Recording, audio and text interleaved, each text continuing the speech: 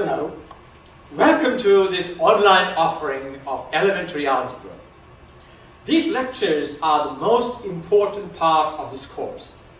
You must listen to at least 4 lectures a week, do all the homework and do the practice tests, and make sure that you stick to the schedule I have given to you in the syllabus. Alright, let's start with the lessons right away. Our first lesson is the study on fractions. What is a fraction?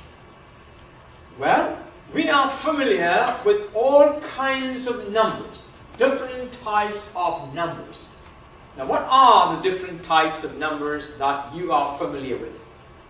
Well, for example, when you want to count objects, we use counting numbers. Counting numbers are 1, 2, 3, 4, 5, and so on, goes all the way to positive infinity.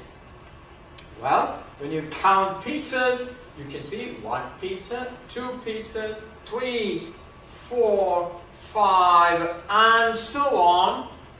You have counting numbers. Now, you must notice that there is nothing in between 1 and 2. From 1, you simply jump to 2. And so, we say counting numbers are discrete numbers. Discrete numbers. You jump from 1 to 2 to 3 to 4 to 5 and so on. Now, along with these discrete counting numbers, if you put 0, then you call them whole numbers. Well, these are some of the numbers that we use in our daily life. Is that right? But very often we deal with numbers that are not whole numbers. Now, we may have to use numbers that are between 0 and 1, between 1 and 2, between 2 and 3, and so on. Well, what kind of numbers are they? When you cut a pizza into 6 equal parts and eat one of them, you are actually eating 1 part out of 6 of the whole pizza. 1 part out of 6. Well, that is a number greater than 0 but less than 1. It is not a natural number. It is not a counting number. It is not a whole number. You see? Well, here I have cut a pizza into 6 parts, and this is 1 part out of 6. And this is less than 1 whole.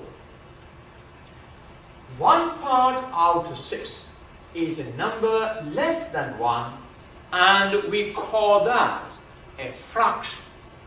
Well, that is a proper fraction. A proper fraction is a fraction that has a value less than 1. And how do we write it? Look at the way we write this 1 out of 6. We write 1 and put a line there, and that is the division sign.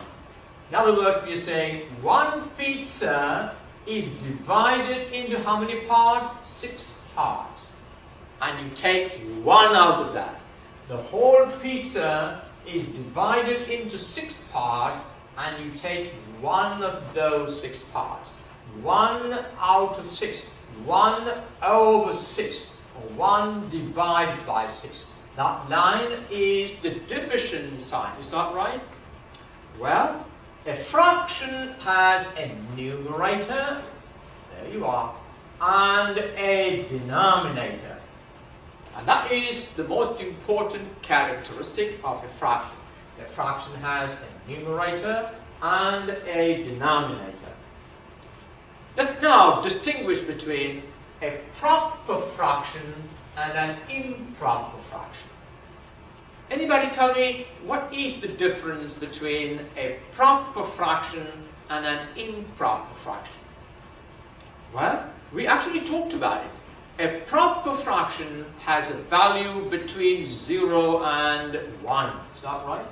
A proper fraction is a number that is less than 1? Well, 5/6 is a proper fraction. Now, what is the characteristic of a proper fraction? You look at the numerator. The numerator of a proper fraction is always less than its denominator. That is the most important characteristic of a proper fraction. Now, tell me this. Is it possible that when you cut one pizza into 6 parts, you eat 7 pieces? Is it possible to eat 7 pieces when you cut one pizza into 6 parts? Think about it. Well, I think the answer is yes. How? Well, what you do is, you finish eating the first pizza, that is all the 6 parts of the first pizza. Then you go to the second one and take 1 out of 6 from there. What you have now eaten is 7 pieces when you cut one pizza into 6 parts. And we call it 7 out of 6. You see, you have eaten all the 6 pieces of the first pizza, and you have now come and taken 1 piece out of 6 from the second. So, you have actually eaten 6 plus 1, 7 pieces when one pizza was cut into 6 pieces. So, that fraction is 7 out of 6. Is that right? Okay. Now, 7 out of 6 can be understood as 6 out of 6. That is the first whole pizza. You have eaten the first whole pizza, all the 6 out of 6. Then you went to the second pizza and ate 1 out of that.